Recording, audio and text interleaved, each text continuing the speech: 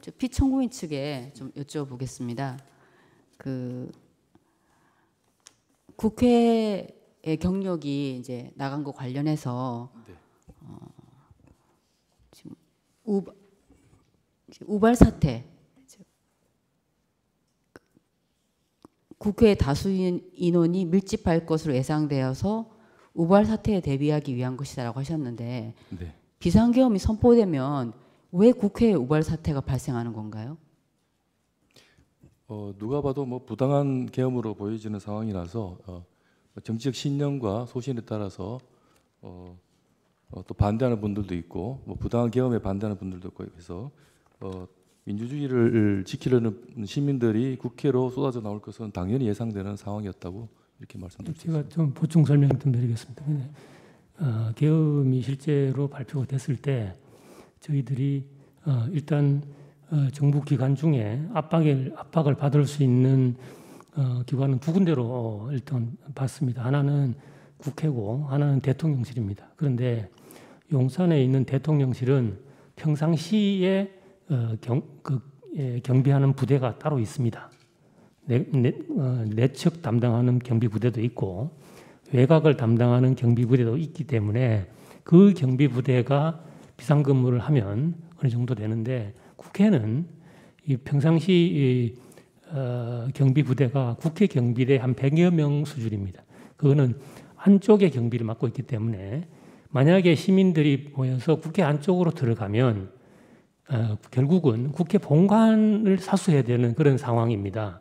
그런데 국회 경내에서 다수 시민들이 모여서 이해관계가 다른 시민들이 충돌한다든지 이런 경우는 반드시 막아야 되기 때문에 저희들이 국회를 기본적으로 경비를 할 수밖에 없는 그런 상태고 저희들은 그런 거를 평상시에 뭐 우발 사태 대비 개념, 그 경비 개념으로 이해하고 있습니다.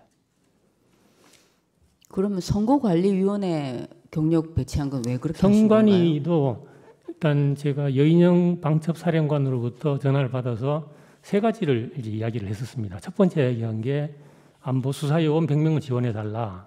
그래서 저는 뭐 듣고 말았고 두 번째는 우리가 선관위에 갈 거다.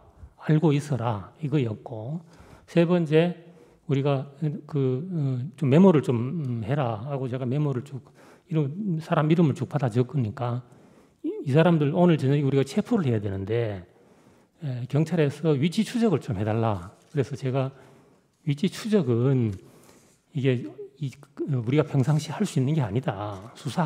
수사건으로 영장이 있어야 되는 건데 지금 이 사람들 수사건도 없고 이 밤에 무슨 그게 되겠냐.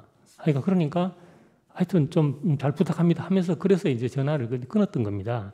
그런데 무슨 이유에 있어든지 방첩사에서 즉 군대에서 선관위를 간다는 사실을 제가 전에 들었습니다. 세 군데 간다는 거를 경기도에 두 군데, 서울에 한 군데인데 근데 이 사실을 저희가 알고는 있는데 그런데 거기 가서 군이 출동을 하면은 뭔가 그 돌발 사태가 발생할 수 있는 상황에서 제가 아무것도 지시를 안 하는 거는 안 된다고 생각해서 제가 경기남부청장한테 전화해서 이 사람들이 여기 간단다.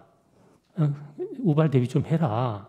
그래서 그랬더니 경기남부청장이 저한테 그럼 어떻게 하면 됩니까? 이렇게 묻길래 평상시 하던 대로 해. 제가 이렇게 이야기를 한 겁니다.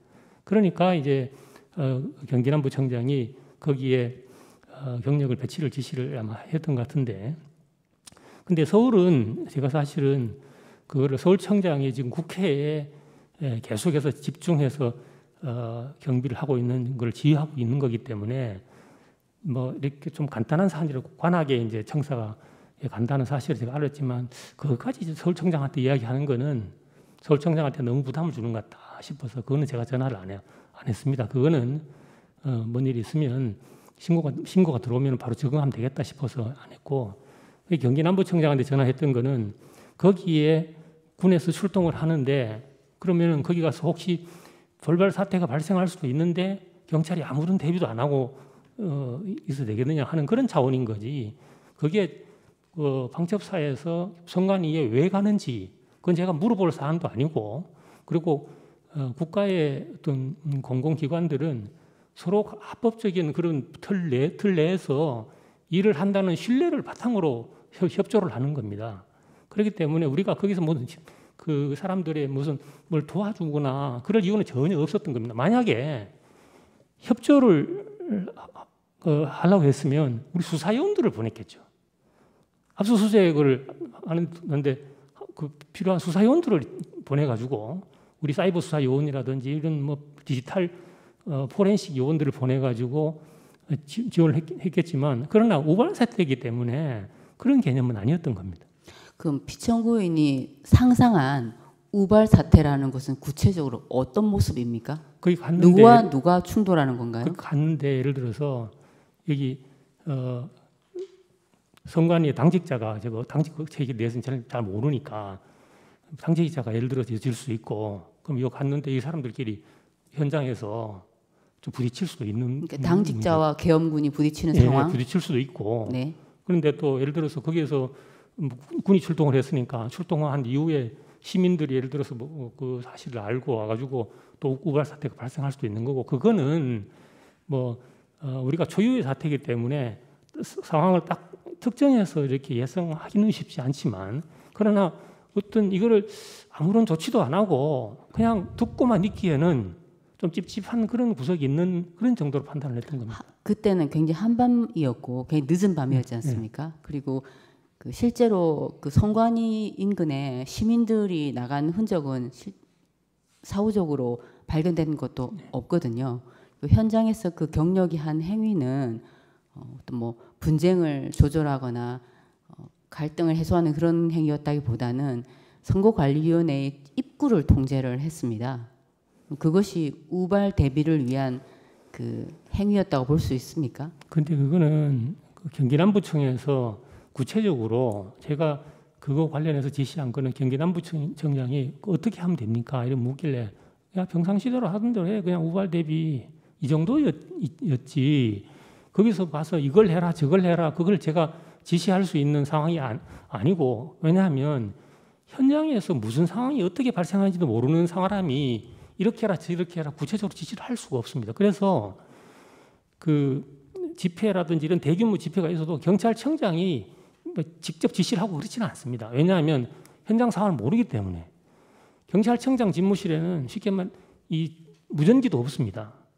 그 무전기는 시도 경찰청장이 서울로 예를 들면 서울 경찰청장실에는 무전기가 있습니다. 그래서 무전기를 듣고 있다가 필요하면 바로 버튼을 누르고 지휘를 할 수도 있는데 경찰청장의 경우에는 그러나 일반적인 지시를 할 수밖에 없는 그런 그 조직 구조입니다. 그래서 그 현장에서 구체적으로 경력을 어떻게 운영하고 하는 것은 경기남부청장과 현장 경찰서장들이 현장 상황을 보고 판단하는 거지 그거를 경찰청장이 이렇게 해라 저렇게 해라 하는 전례도 없었고 그건 그렇게 현장 상황을 모르는 상태에서는 지휘할 수도 없습니다.